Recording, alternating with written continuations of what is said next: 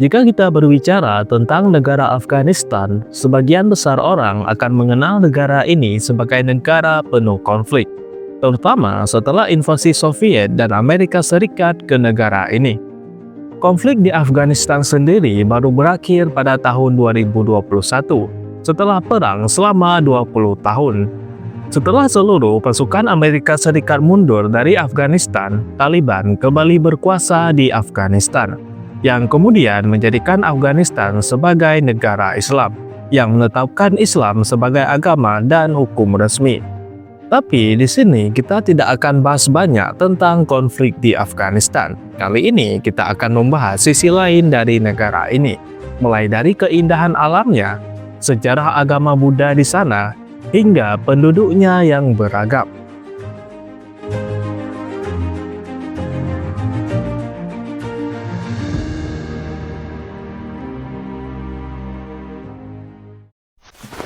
Setelah Taliban mengambil alih pemerintahan pada tahun 2021, mereka memperkenalkan bendera baru yang terdiri dari warna putih dengan tulisan kalimat syahadat. Warna putih melambangkan perdamaian dan kemurnian, yang mencerminkan tujuan Taliban untuk menciptakan negara yang bersih dari pengaruh luar. Tulisan kalimat syahadat menunjukkan bahwa Afghanistan adalah negara Islam yang berlandaskan syariat Islam. Afghanistan dengan nama resmi Keamiran Islam Afghanistan adalah negara yang berada di kawasan strategis yang menjadi pertemuan antara Asia Selatan, Asia Tengah, dan juga Timur Tengah.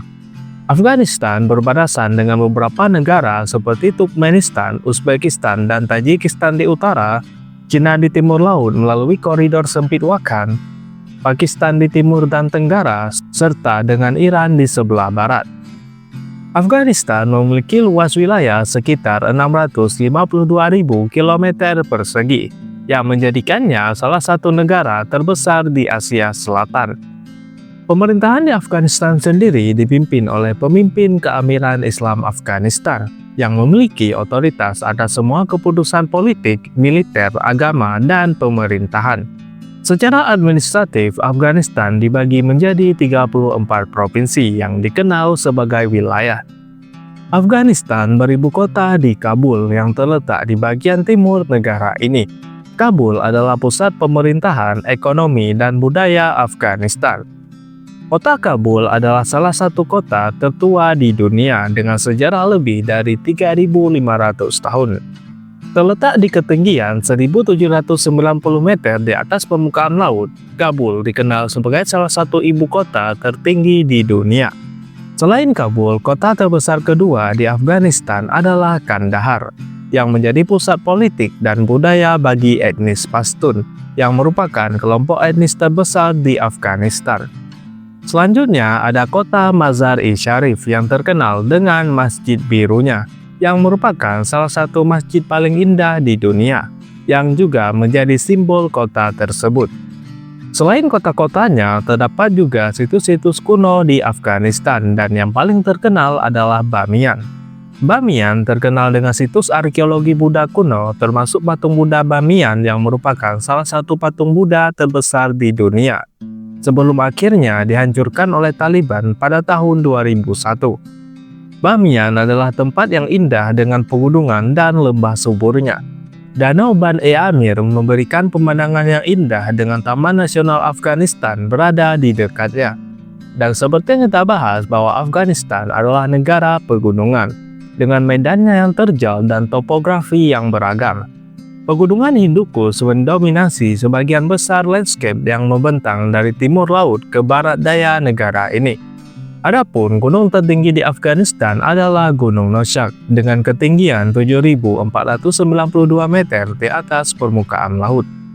Dan jika kita lihat, pegunungan-pegunungan di Afghanistan ini tidak kalah indah dibanding di negara-negara Eropa, dan telah menciptakan keindahan tersendiri dari negara Afghanistan yang masih belum dijelajahi oleh banyak orang.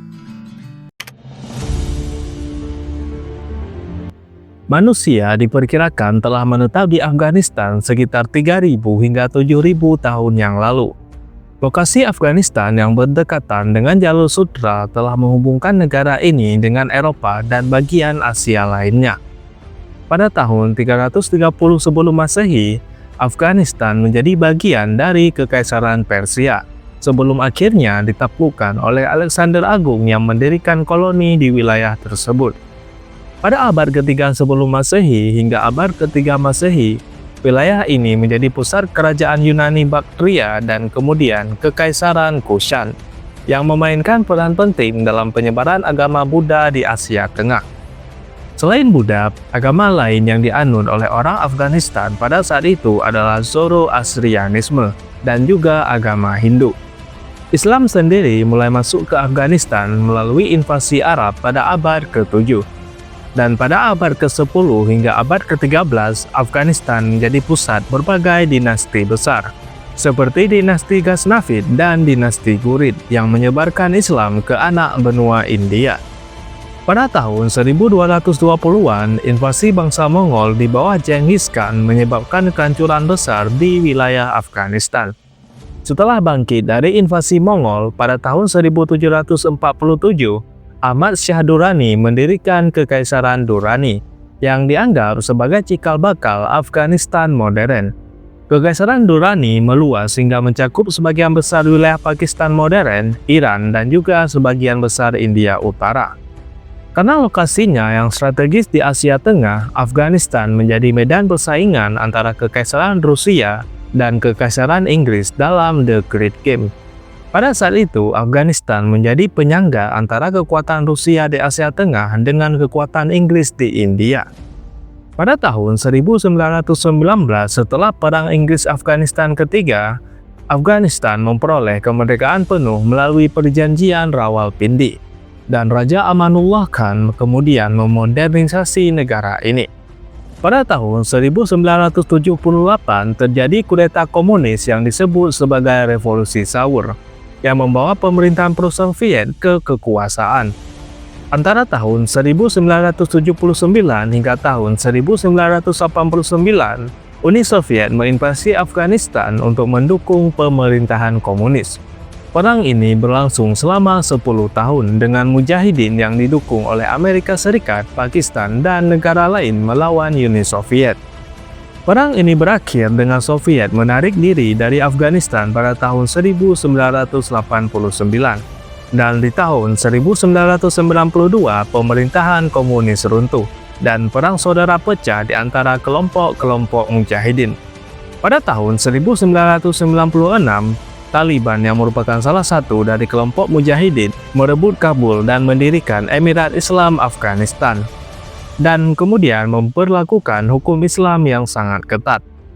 Pada tahun 2001, setelah serangan 11 September di Amerika Serikat, koalisi internasional yang dipimpin Amerika Serikat menggulingkan Taliban dalam Operation Enduring Freedom, dan pemerintahan baru didirikan dengan dukungan Amerika Serikat.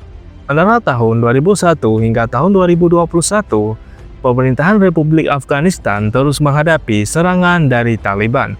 Hingga akhirnya pada bulan Agustus tahun 2021, Taliban kembali berkuasa setelah penarikan pasukan Amerika Serikat dan juga NATO, dan mendirikan kembali Emirat Islam Afghanistan. Dan seperti yang kita tahu, ketika Afghanistan berada di bawah kendali Taliban, mereka kembali menerapkan hukum syariat Islam sebagai dasar pemerintahan. Lalu, bagaimana dengan kondisi penduduk negara Afghanistan saat ini di era pemerintahan Taliban? Jumlah penduduk Afghanistan saat ini adalah sebanyak 43 juta jiwa, berdasarkan data dari Worldmeter. Kepadatan penduduk di Afghanistan adalah 65 orang per kilometer persegi. Mayoritas penduduk Afghanistan berasal dari etnis Pashtun sekitar 42%, yang terpusat di bagian timur dan selatan negara ini. Terdapat juga etnis minoritas seperti Tajik, Uzbek, Hazara, Turkmen, Baluchi, dan lain-lain.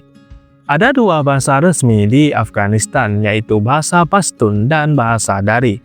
Dan bahasa lain yang digunakan adalah bahasa Uzbek, Turkmen, dan bahasa Inggris. 99% penduduk Afghanistan beragama Islam dengan 90% dari Islam Sunni dan 9% dari Islam Syiah. Dan 1% sisanya adalah penganut agama lain seperti Sikh, Hindu, dan juga Kristen. Sebagian besar penduduk Afghanistan, sekitar 70%, tinggal di pedesaan dengan gaya hidup yang berfokus pada pertanian dan peternakan. Kota-kota seperti Kabul, Herat, dan Kandahar lebih maju dan menjadi pusat perdagangan serta pendidikan. Dengan berakhirnya perang antara Taliban dan pasukan Amerika Serikat, kondisi di Afghanistan lebih aman dan penduduk bisa beraktivitas dengan lebih tenang. Dan bahkan di malam hari pun penduduk bebas keluar karena keamanan sudah meningkat. Keamanan ini tetap terjaga berkat adanya pos-pos pemeriksaan dan patroli yang dilakukan oleh anggota Taliban.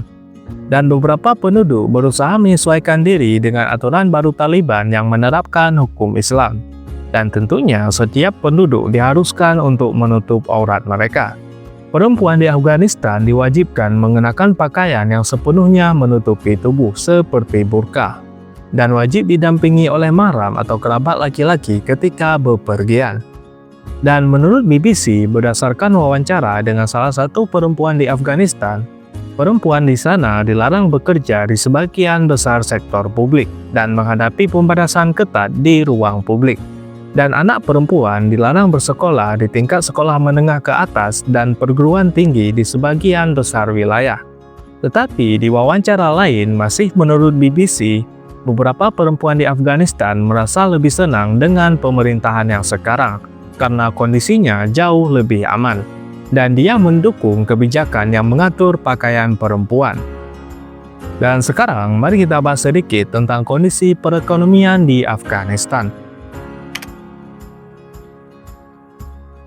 Kondisi perekonomian Afghanistan saat ini menghadapi tantangan besar akibat berbagai faktor, mulai dari konflik berkepanjangan, pemerintahan yang sering berganti, hingga adanya isolasi internasional.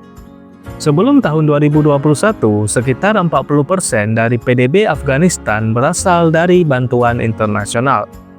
Dan bantuan tersebut berakhir setelah Taliban berkuasa yang menyebabkan keruntuhan ekonomi.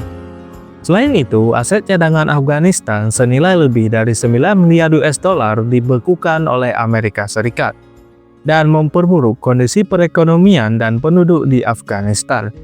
Menurut laporan dari Bank Dunia, lebih sepertiga rakyat Afghanistan tidak bisa memenuhi kebutuhan pokok sehari-hari. Kemiskinan berdampak pada lebih dari 90% populasi di negara tersebut, dengan lebih dari separuh warga Afghanistan bergantung pada bantuan kemanusiaan.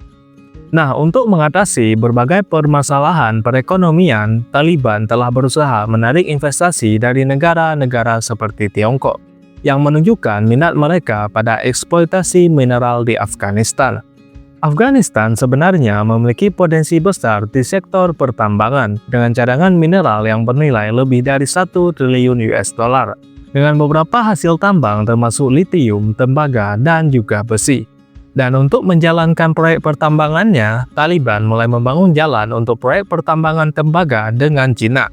Proyek ini diperkirakan akan menciptakan 3.000 lapangan pekerjaan langsung bagi warga negara Afghanistan, dan ribuan lapangan pekerjaan lainnya secara tidak langsung. Dan karena keamanan yang semakin membaik di Afghanistan, semakin banyak orang yang penasaran dengan negara Afghanistan. Menurut angka resmi, jumlah wisatawan asing yang mengunjungi Afghanistan naik 120% pada tahun 2023, dengan jumlah wisatawan mencapai 7.000 orang, yang sebelumnya di tahun 2021 hanya dikunjungi oleh 691 orang. Dan pariwisata ini bisa menjadi alternatif lain sebagai pemasukan negara Afghanistan, karena Afghanistan memiliki banyak potensi wisata yang belum dijelajahi.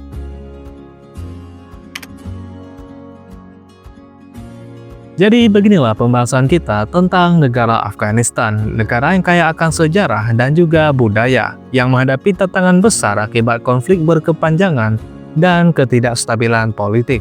Jadi, bagaimana menurut pendapat kalian tentang negara Afghanistan? Apakah di bawah pemerintahan Taliban ini, Afghanistan dapat melangkah lebih baik ke depannya? Silahkan tulis pendapat kalian. Dan terima kasih telah menonton video ini. Sampai jumpa di video yang selanjutnya. And see ya!